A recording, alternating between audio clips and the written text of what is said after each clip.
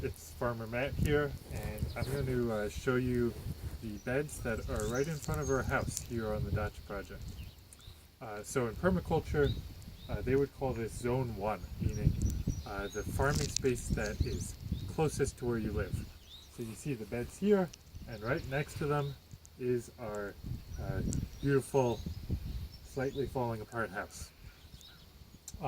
So in these beds, these are the most intensively managed parts of our farm, and we grow all the stuff that needs the best soil and the most weeding and the most care right here, and that makes it really easy to take care of because we can actually see it from in our house. You'll also notice we don't have any fence around this, and it's so close to the house that a lot of the animals that would eat these plants don't really like to come this close to the house, so they get some protection just from being placed right here. And then the added benefit also is that you get some reflection and some heat reflected off of these windows and walls. So it creates a little microclimate here, and we can start things really early. So it's May 8th, and you can see we already have tons of greens growing here. I had this under a low tunnel, and I got these started in February. And if you'll walk down with me, you can see all the different crops. We've got kale that we overwintered, mustard, spinach,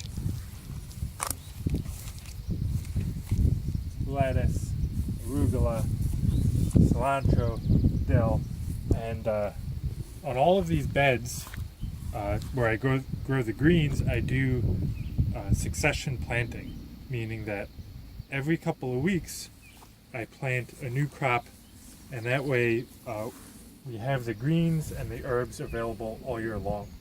So you can kind of see what the oldest part of the succession was. These were planted like 2 months ago.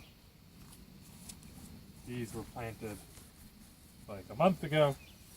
And then here we just have coming up the earliest succession. These were planted 2 weeks ago or so. And the basic things that I plant in succession all season long for our farm are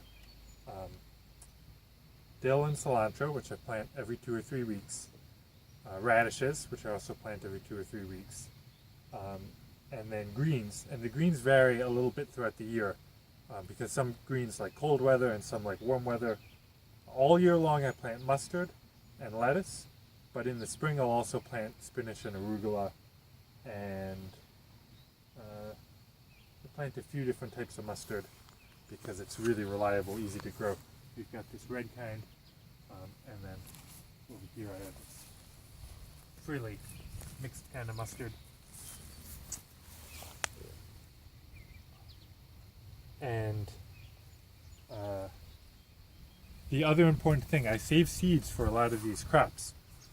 Radishes, spinach, mustard, lettuce, all these things you can save seed from, and it's pretty easy and I recommend it.